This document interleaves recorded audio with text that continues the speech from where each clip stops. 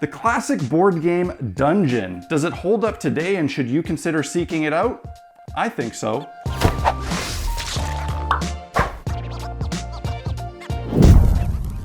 Hey guys, welcome back to Black Magic Craft. It is Reviews Day Tuesday, and I want to start this one out with a little story. My group, the group that I DM for, has really been struggling this past year to make games happen. Scheduling has been a huge issue, and I myself have been really distracted with a lot of my other obligations and things going on in my life, like this channel, and that's meant that I haven't really pushed to make sure games get scheduled and take place, and that's an important role as a dungeon master. And the result of that is just that this year we haven't been playing very much, and recently we did have a game scheduled. Coming up to the time of that game, I wasn't prepared. I had a lot going on, a lot on my plate, and I just wasn't up for running the game that night. But we still wanted to hang out and we still wanted to play something. I mean, we all had childcare locked in and we wanted to take advantage of that. So one of my players, one of my best friends, JP, had a suggestion. He suggested that he go dig out his old 1970s copy of the board game Dungeon. And I thought this was a really cool idea. I thought it would be really neat to try it out, especially using an old copy, and we jumped on that opportunity. However, when he went to his mom's place to dig it out of storage, it turns out she had sadly donated his old vintage copy to Goodwill some years ago.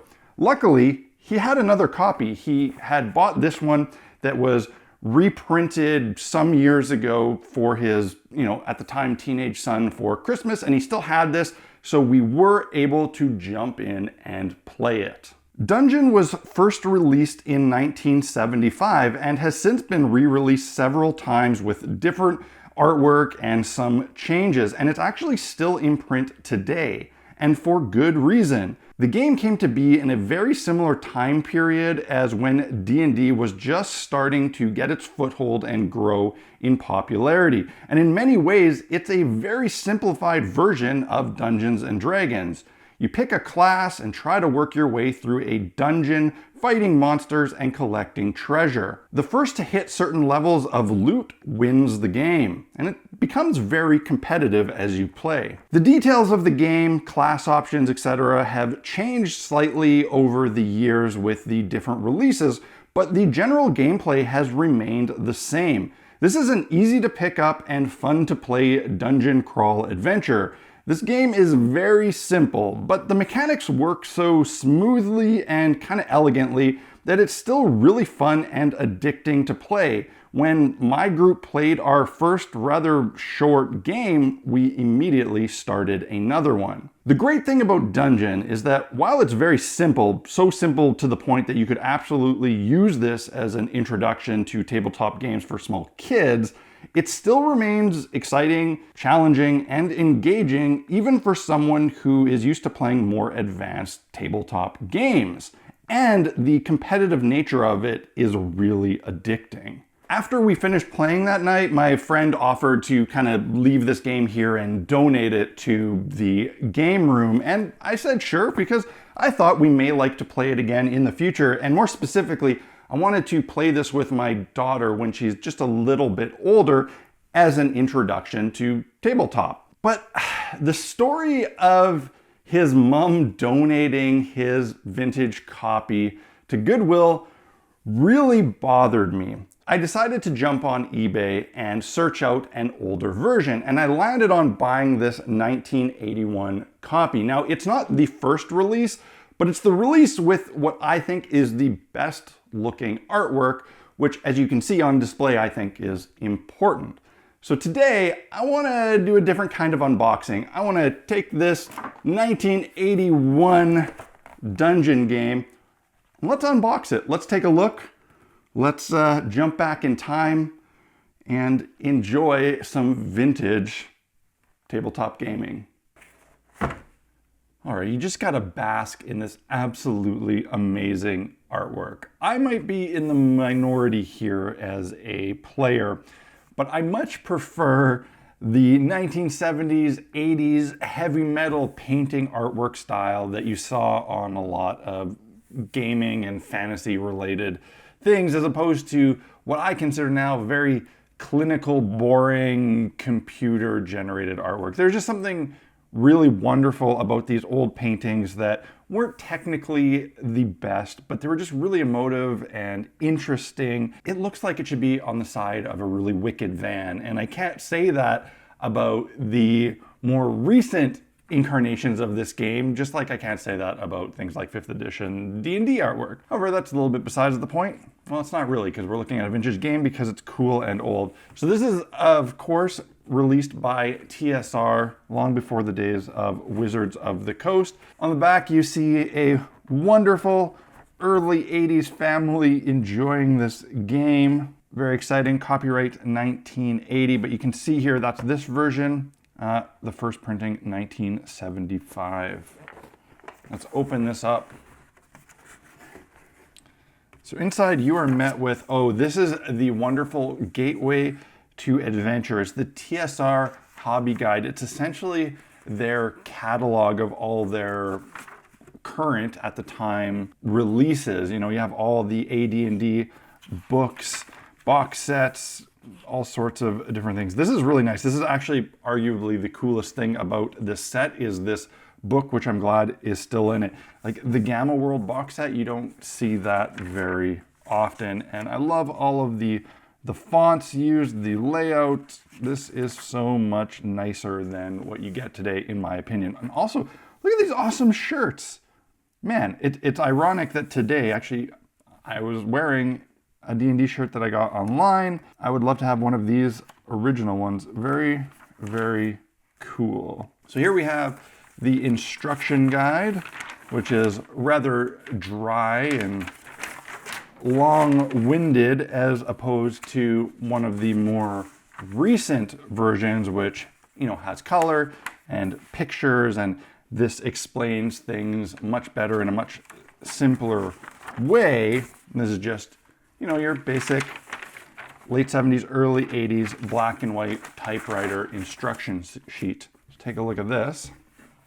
So it's very similar to the current incarnation, similar layout, not exactly the same, but very close. A equally kind of confusing map style here. One thing about this game, even in the newer versions, is there's things like secret doors, which are kind of difficult to identify. And on this old version, they're even harder to see, which is kind of interesting considering they are secret doors and you need to do certain checks to discover them, but you as the player yourself might not see them.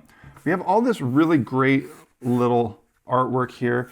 This kind of reminds me of the board game Labyrinth that I played a lot as a kid with this sort of art style. Inside, you have markers, just like the new version. You have these tombstone markers that essentially denote that the room has been cleared. Little gravestone. On the more recent versions, you'll have a very similar thing that looks like this. There's also some numbered cards, and the reason you need these is that sometimes you'll enter a room and you won't defeat the monster. That's to mark it. So you would say, put on here, this is room number 1, and in room number 1, there is a blue dragon. So if anyone else comes back to it, you know what it is. On the new versions, there's a numbered part of the board on the side where you can place these cards to correspond to these numbers. At the time, they just had these kind of pawns that you would get in your typical Sorry board game, which is kind of boring. I mean, the new pawns in the newer ones, they're cardboard standees and aren't that much better. When we played, we actually just picked some miniatures from the collection that seemed fun, and you can do that. You get 2 D6 dice because this game is played using 2 D6. These are the old kind of ones where you would have to fill it in with a crayon if you wanted to see what the number actually says. It's carved, but it's all one color, and yeah, you fill it in with the wax crayon. So those are the original dice. And then you have the 3 sets of cards. You have the spell cards that if you were to pick the wizard class, these are your different spells. There's only a couple. There's Fireball, Teleport, Lightning Bolt. that it? Was there another one? Yeah, those are your only 3 cards that you get as a wizard. The funky artwork. Then when you enter a room, there's the various monsters that you may encounter. And some of these are really classic, like the purple worm. So even when this game was made back in 1975, it had the purple worm. Don't quote me on that. Maybe some of these monsters were added in the 1980s version. I don't know. We got purple worm, evil wizard, vampire, black pudding, red dragon, a witch. Oh, also some of the rooms had traps. So rather than having to fight a monster, there is a trap that has certain things that take place. You walk into a room. That room will be a certain level of the dungeon. Say it's level 5th level. Each of these monsters is a different level. So say you enter a 5th level room, you would draw a random 5th level monster card, flip it over, and there's going to be a list of all the classes in the game, and the number beside it is the number you have to beat if you are that class. So if you're an elf, you roll, you have to hit an 11 to defeat the monster. If you're a hero, it's 11, a superhero 9, and these numbers are different by different class. And the interesting thing is that if you are a wizard, before you enter a room, you decide if you're going to cast one of your spells. So you go up to the room, say, I prepare or cast lightning bolt, you go in, and if it's a witch, if you had lightning prepared, you have to hit a 10. If it's a fireball, you have to hit a 10. Sometimes they're different. Or if you're just hitting it without a spell as a wizard, you have to hit a 5. It's kind of interesting that way how it plays out. Like I said, it's very, very simple mechanics, but they're very effective and surprisingly addictive. If you beat the monster in that room, you would then draw from the treasure pile of that corresponding level. So say my character beat that 5th level monster, I would draw a 5th level loot spell, and what do I get? I get a huge ruby, and each bit of loot has a corresponding amount of gold.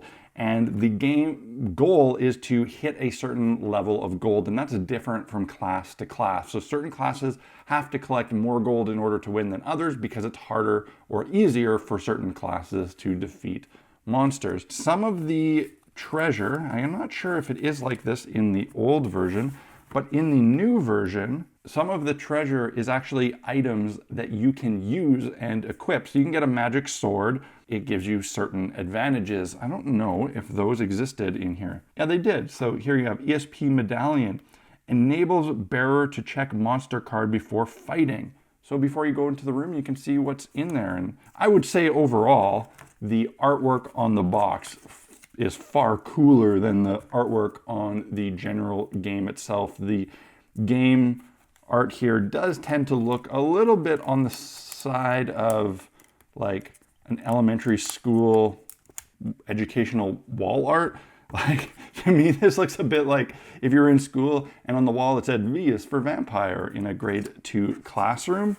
But it's still really neat to kind of sift through this stuff and see it in its original form. And of course, the box art is just absolutely killer. This is what I paid for. The actual Amazon listing of this new game is really affordable. It's like 25 bucks. You can get a current copy, play the game, it's great. If you are going to be playing this game, which I recommend you do, you should probably grab the newer version because it's been refined and the rules are a little bit better and the artwork is a little bit less confusing. Now, if you just want something cool to put on your shelf like I did, these can be had on eBay for quite cheap. I think I paid like 30 bucks for this for a 1981 printing of a board game.